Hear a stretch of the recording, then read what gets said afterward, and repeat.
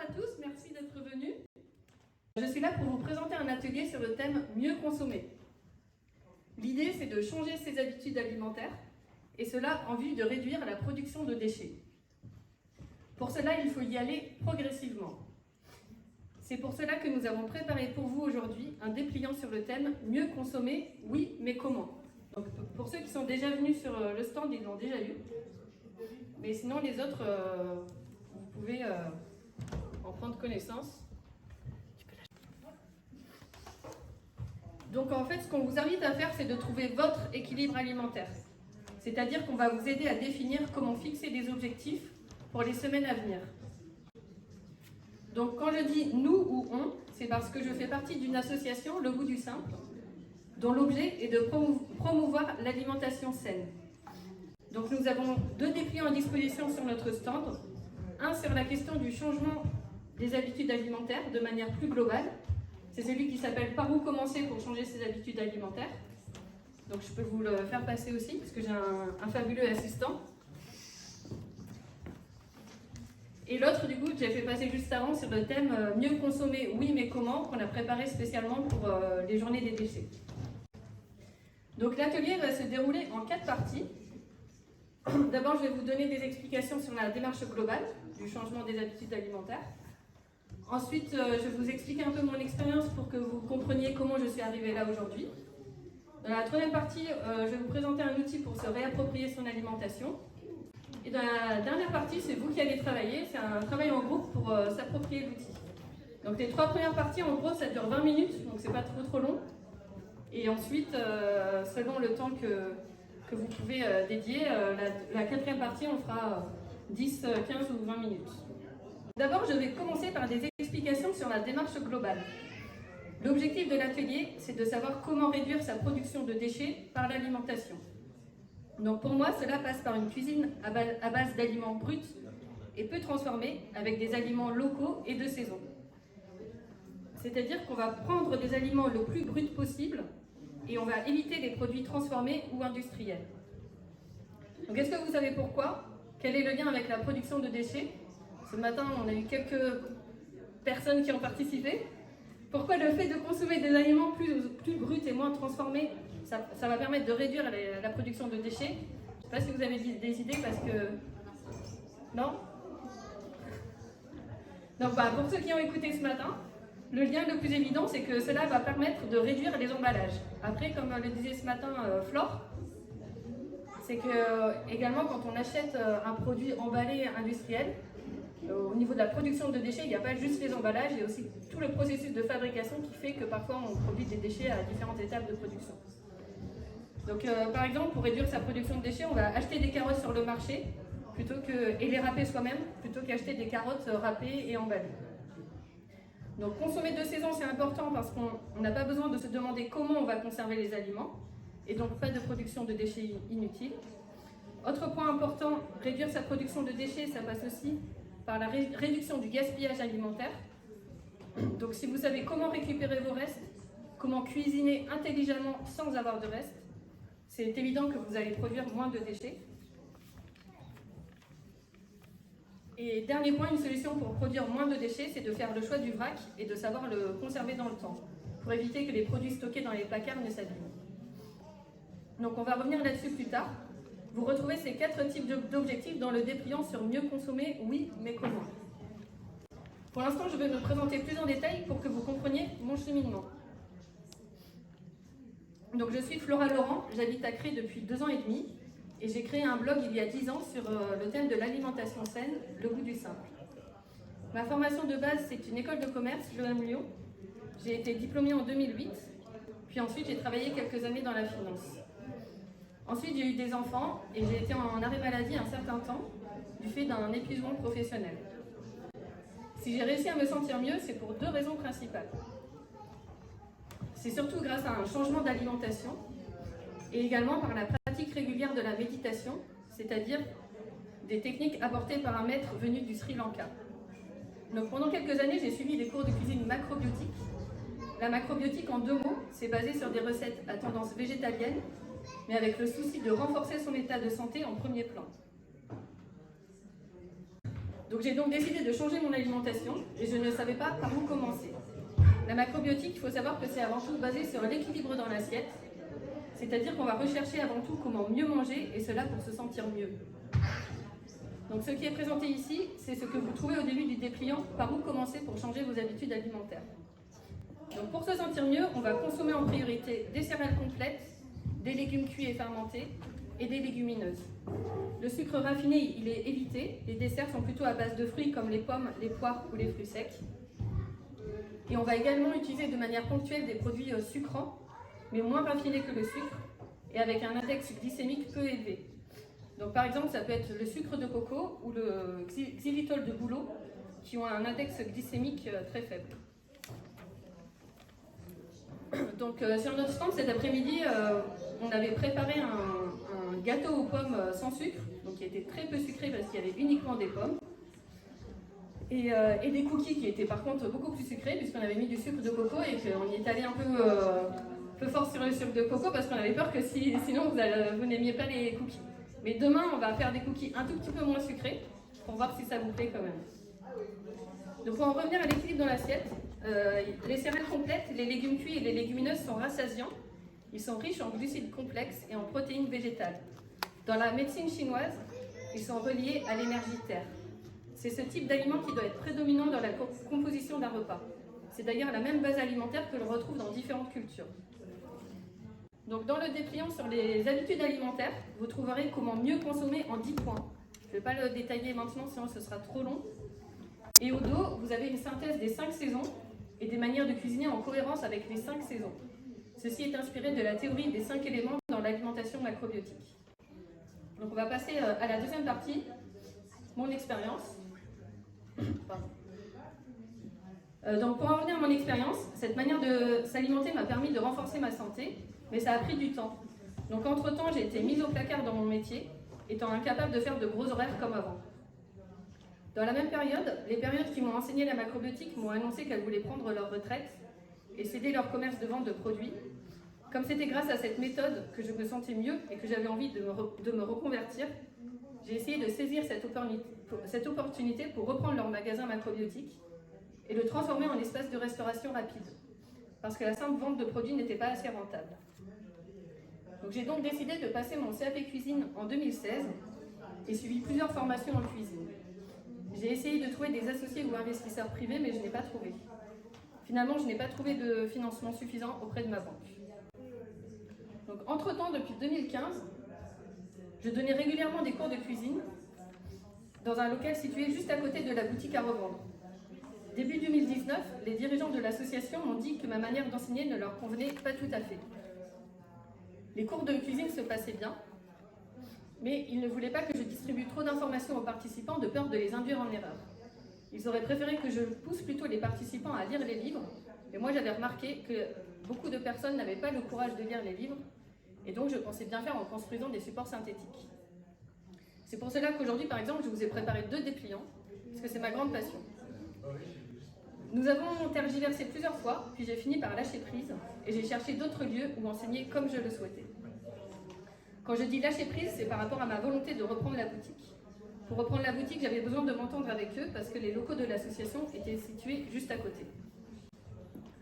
Donc après un voyage touristique en Espagne chez une amie, j'ai vraiment ressenti le besoin de faire de nouveaux projets, de ne pas rester attachée à cette boutique bio, et j'ai pris la décision de quitter Paris en juin 2019.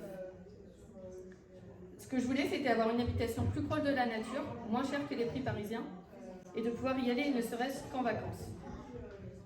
Ce que je voulais, c'était un endroit facile d'accès par rapport à Paris et à l'Espagne. J'ai donc choisi la Drôme, puis Cré. Donc on va maintenant passer à la troisième partie, où je vais vous présenter plus en détail un outil pour se réapproprier son alimentation. Donc autrement dit, mieux consommer, oui, mais comment? Donc la question qui se pose, c'est comment changer ses habitudes alimentaires? Parce que pour moi, ça a été difficile de changer. Et je constate autour de moi qu'il est toujours très difficile pour quelqu'un de changer une habitude, et encore plus quand elle est alimentaire. Donc la difficulté, c'est de toucher les personnes qui ne font rien pour l'instant, ou si peu. Les toucher pour qu'elles décident de changer quelque chose dans leurs habitudes. Donc la difficulté, c'est de se mettre à leur place, d'essayer de les comprendre et d'être à leur écoute. Comme j'imagine que vous êtes déjà convaincus des militants du zéro déchet et du mieux consommer, aujourd'hui je vais essayer de vous donner des astuces pour mieux aller vers les autres et les amener à faire des changements. Donc faut-il les convaincre? Non, on sait très bien que ça ne marche pas vraiment. Il faut faire preuve de douceur, essayer de leur donner envie de changer, essayer de leur faire prendre conscience de certaines choses. C'est ensuite à eux de faire leur cheminement, de chercher par eux-mêmes, de mettre en place des changements petit à petit. Auront-ils envie de mieux consommer pour prendre leur santé en main, de poser des actes pour préserver l'environnement, de mieux consommer pour être plus économe et limiter la consommation de ressources naturelles? En fait, c'est à chacun de décider, d'évaluer ce qui lui plaît comme approche, et ensuite de faire le pas et de se donner des objectifs en termes de changement d'habitude. L'important donc, c'est de se réapproprier son alimentation, mais en prenant son temps, en se fixant tout doucement de nouveaux objectifs. Donc il faut toujours rester à l'écoute.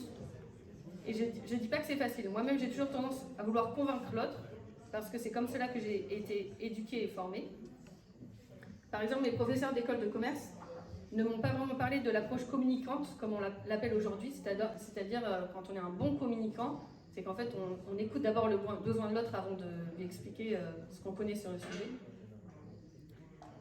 Donc je n'ai pas vraiment été formée à cela, vu que j'ai suivi un parcours très classique, type bac général économique et social, puis classe prépa HEC. C'est plutôt récemment, en faisant de la formation continue, que j'ai vraiment compris à quel point il est important de travailler sur soi pour apprendre l'art et la manière de communiquer.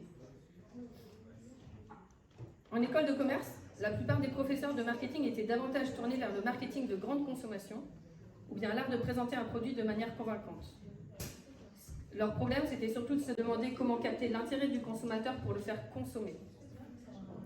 Mais plutôt que d'essayer de convaincre que mon produit est le meilleur, la vraie question qu'on oublie souvent, c'est comment expliquer au client en quoi on a compris son besoin, ses attentes, et en quoi mon produit va combler ses attentes, et pourquoi et comment. Mon professeur de marketing préféré disait simplement qu'il fallait expliquer cela. Donc j'ai compris que vous ressentiez ça, alors je vous propose ça, qui va vous apporter ça, parce que nous avons les moyens et la volonté de faire, parce que, pour que vous ayez finalement un bénéfice final pour la personne. C'est pas plus compliqué. Quand on rend les choses trop compliquées, souvent on s'y perd. Si on veut que les choses changent, il faut simplifier les choses et les rendre abordables. Parfois c'est difficile, c'est vite fait de glisser depuis ce que l'autre ressent vers ce que l'on voudrait qu'il ressente. Nous sommes tous différents, il n'est vraiment pas facile de recueillir l'avis des autres. Je ne sais pas si vous avez déjà essayé de soumettre des questionnaires, mais on a vite fait d'influencer la réponse des autres, de les enfermer dans une certaine manière de penser et de rester en surface sans vraiment découvrir ce que la personne pense au fond. La question, au fond, c'est de savoir quelle est la raison pour laquelle la personne ne passe pas à l'acte. Pour obtenir cette réponse, une astuce que j'ai apprise avec une formation récente en communication, c'est de lui poser la question: y a-t-il une autre raison pour laquelle vous avez du mal à passer à l'acte? Et de continuer à lui poser la question jusqu'à ce que la personne vous donne toutes les réponses. Et bien souvent, c'est la dernière réponse donnée qui est la vraie source du problème. Donc c'est une mission quasi impossible avec un questionnaire. Parfois, on soumet des questionnaires juste pour se rassurer, pour entériner une idée qu'on avait déjà sur le sujet, parce qu'il est beaucoup plus simple de poser des questions fermées qu'ouvertes. Donc mon professeur de marketing préféré nous disait qu'il fallait toujours commencer par une étude qualitative, ce qu'il appelait des focus group en langage marketing, et cela avant de se lancer dans la diffusion d'un questionnaire à grande échelle. Les focus group, c'est des réunions à plusieurs, 12 personnes environ, entre personnes plus ou moins différentes, pour essayer de mieux comprendre les attitudes ou comportements de la cible et finalement soulever tous les points bloquants. Parce que c'est bien ça le souci, arriver à comprendre quels sont les points bloquants, les choses qui empêchent l'autre de changer ses habitudes.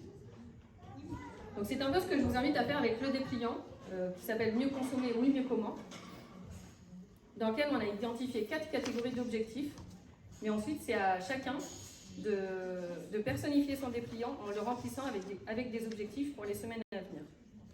Donc ce que je vous invite à faire, c'est de faire tourner ce dépliant au maximum, d'essayer d'obtenir des réponses, des choses originales, des idées folles, parce que c'est souvent avec des idées folles qu'on arrive à trouver de nouvelles idées et à aller au fond du problème. Donc j'ai mis 4 catégories, mais ce sera peut-être à repenser pour la prochaine fois. L'idée, c'est de réorganiser les catégories en fonction des réponses reçues, de tout mélanger comme une soupe de légumes bien variée, et ensuite de bien tout éplucher. Donc je compte sur vous pour diffuser ce dépliant. J'ai aussi préparé un questionnaire en ligne. Il est sûrement perfectible, mais il faut bien un début à tout. Alors vous pouvez le remplir et faire d'éventuelles suggestions. Vous trouvez peut-être que je vous en demande beaucoup, parce que du coup, moi, je ne fais pas grand-chose. Mais vous avez peut-être l'impression que ce n'est pas à vous de diffuser ce dépliant, de le faire parler, de l'utiliser ou de le rendre utile. Parce qu'on pense souvent que c'est les autres qui sont plus forts que nous, plus experts, plus ceci ou plus cela, et qui vont faire à notre place certaines choses. Mais sachez que chacun de vous est capable de faire des choses qui lui paraissent aujourd'hui improbables. Même le plus grand des experts a des doutes. C'est juste que souvent ils cachent leurs doutes, parce qu'ils se doivent de se présenter comme des experts afin d'être convaincants. Par exemple, si je vous disais que je ne connaissais pas tout sur le thème mieux consommer, je pense que vous partiriez discrètement. Alors que si je me présente comme une spécialiste qui a lu des livres sur le sujet, décortiqué des conférences, expérimenté plein de choses, eh bien vous allez rester. Donc ayez confiance en vous et participez à la diffusion de ce dépliant. Donc se tromper, c'est normal. Se tromper, ça permet de faire avancer les choses. Il faut expérimenter, tester, se tromper et recommencer. Et se laisser guider par des forces qui nous dépassent, par cette envie de faire et d'enrichir l'existence par des actions militantes. Mieux consommer, oui, c'est avant tout un acte militant, quelque chose qu'on fait pour soi, pour les autres, pour la planète. C'est pas évident, ça se construit petit à petit, parce que la manière de s'alimenter est tellement personnelle et culturelle, liée à ce que vous avez mangé dans votre enfance, liée à ce que votre environnement proche a l'habitude de manger. C'est tellement personnel que c'est à chacun de planifier des changements petit à petit, de définir ce qui lui convient, de revenir sur ses objectifs, de les modifier, parce que le changement se fait petit à petit avec des essais et des erreurs.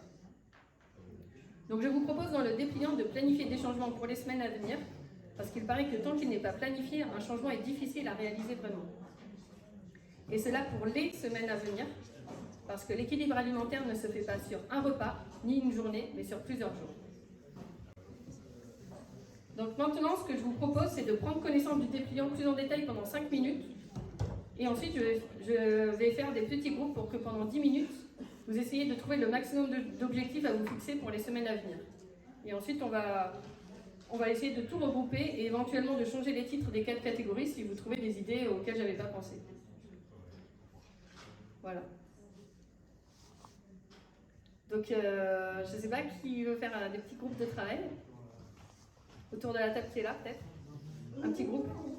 Des volontaires.